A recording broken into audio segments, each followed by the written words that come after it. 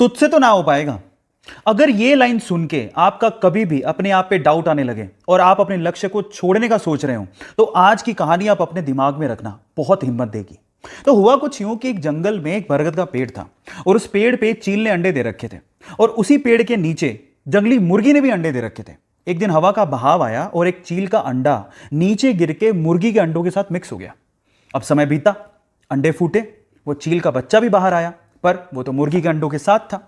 अब वो ये सोचते हुए बड़ा हुआ कि वो तो मुर्गी है। अब वो वही करता जो कि मुर्गियां करती थी, वो उतना ही उड़ सकता था जितनी मुर्गियां यूजुअली उड़ती हैं। और आपको पता है कि मुर्गियां ज्यादा नहीं उड़ सकती, आपको पता है। एक दिन वो चील का बच्चा जो कि मुर्गी की तरह पला बड़ा था, उसने आसमान में चील को उड़ते देखा। तो उसने अपनी मुर्गी मां को पूछा कि मां, वो पक्षी कौन है जो बड़े शान से उड़ रहा है? मां कहती है, बेटा वो तो चील है।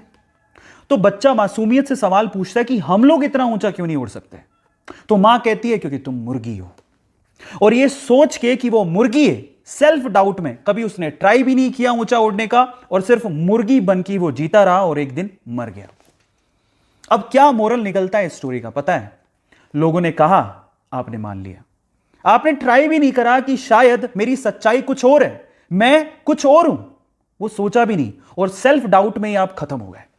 गाइस एक बात बताऊं, जीत अगर सुनिश्चित हो ना तो कायर भी लड़ जाते हैं। बहादुर वो होते हैं जो हार का पता होने के बावजूद भी मैदान में डटे रहते हैं।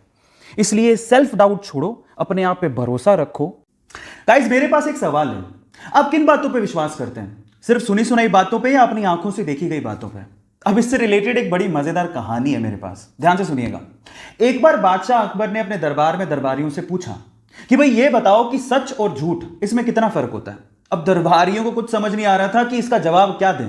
तो फिर लास्ट में बादशाह अकबर ने यही सवाल बीरबल से पूछा कि बीरबल तुम बताओ कि सच और झूठ में कितना फर्क होता है। तो बीरबल ने बड़ी समझदारी से जवाब देते हुए कहा कि बादशाह सलामत, सच और झूठ में मात्र 4 उंगल का फर्क होता है।